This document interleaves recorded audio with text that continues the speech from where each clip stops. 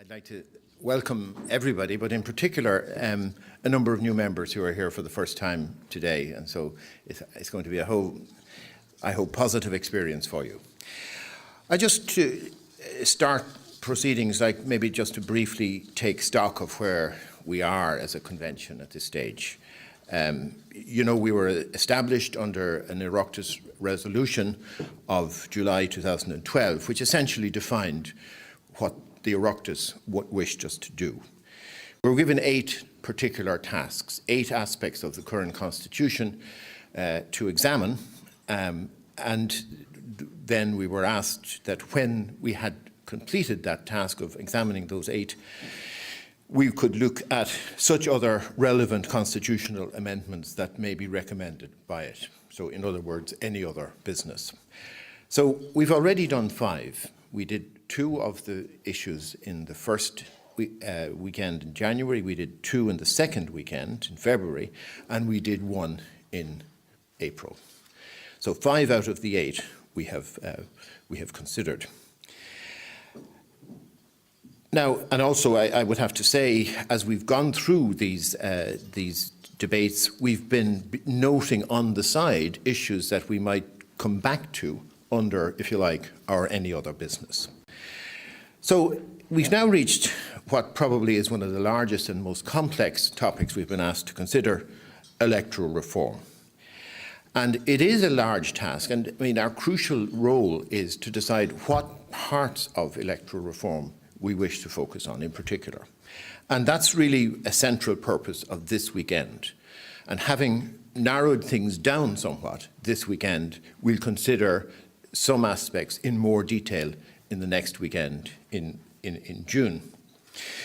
Now, just in terms of, you know, trying to reflect on this and trying to have a frame within which to start our work, I was brought back to, I think, our original purpose as a convention.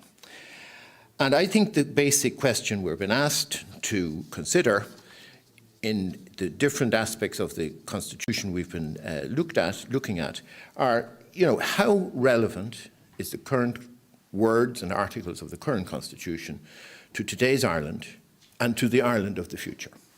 And that, I think, do the words and the articles in our Constitution reflect our values as a country? Do they provide the best possible framework for our legislators to draft our laws and our courts to interpret them? That, I think, what we're essentially about. And that, I think, is also how we need to approach this debate on electoral reform over the next day and a half. The current electoral system is essentially the same one that was instituted with the 1922 Constitution. And many people value this system and feel and strongly support it. And there have been 2 proposals in the lifetime of this state to change it, and the people rejected those proposals on both occasions, in 1959 and 1968. But there are other views about it. Other people point out some of the weaknesses as they see it, the excessive tendency to localism, perhaps not enough focus on big national issues. Does it produce the right people with which to, who end up in Parliament and end up in our cabinet? So what we've tried to do here in putting together this weekend is bring to you, yet again, I think, the very best expertise we have in the country to consider this. And we're going to start with a panel of 3, with Maurice McCarthy, who's going to speak on the role of... Chairman, yes? I wonder if I could ask a question at this stage. Because I understand there is some correspondence, and I wonder if and when you'll be alerting the members to this. I understand that the group, including Mike McDowell, Joe Toole, President Captain Poe, have written to us asking that we should look at the question of reform of the Senate, because if we do, I raised this in the beginning, and I also raised the question to the President, we managed to broaden that, and I think that was very important. I think it would be very odd if we were precluded from doing what is suggested in that communication, and I have copies of it. I understood they were to be distributed to everybody. Ex-Senator O'Toole told me this. If we were only allowed to discuss after the referendum had already abolished the Senate. That, I think, most people would agree is a little bit silly. And we're talking about the abolition of the Oireachtas. Thank you. We're talking about the abolition of the Oireachtas because the Oireachtas is composed of the two houses. So if you abolish the Oireachtas, surely that is the most significant change in the Constitution, which you rightly said we would be considering. So could I ask you if it is possible for the document, which I think has not been circulated, but copies of which I have here, to be circulated, and maybe we could have a discussion 10 minutes, 15 minutes after lunch, when people maybe have an opportunity to read this over lunch, just to make a simple request that we write to the government, we ask you, Chairman, to write to the government and ask them to consider, in the light of the fact that it will not be possible to reform the Senate once it's abolished. We have this vast change in the Constitution, changing 75 articles of the Constitution. And in the light also of the bill published yesterday, which would give the government the power to impeach the President and compel him to attend an inquiry of Dáil Éireann, and give them the power to suspend or dismiss judges, including judges of the Supreme Court. Those are very sweeping powers. And if the Senate, I have the bill here, Deputy Flanagan, I can show it to you. And I can show you, they very carefully concealed what's in it, but I know what's in it, and I've read it. And I can give it to you at lunch as well.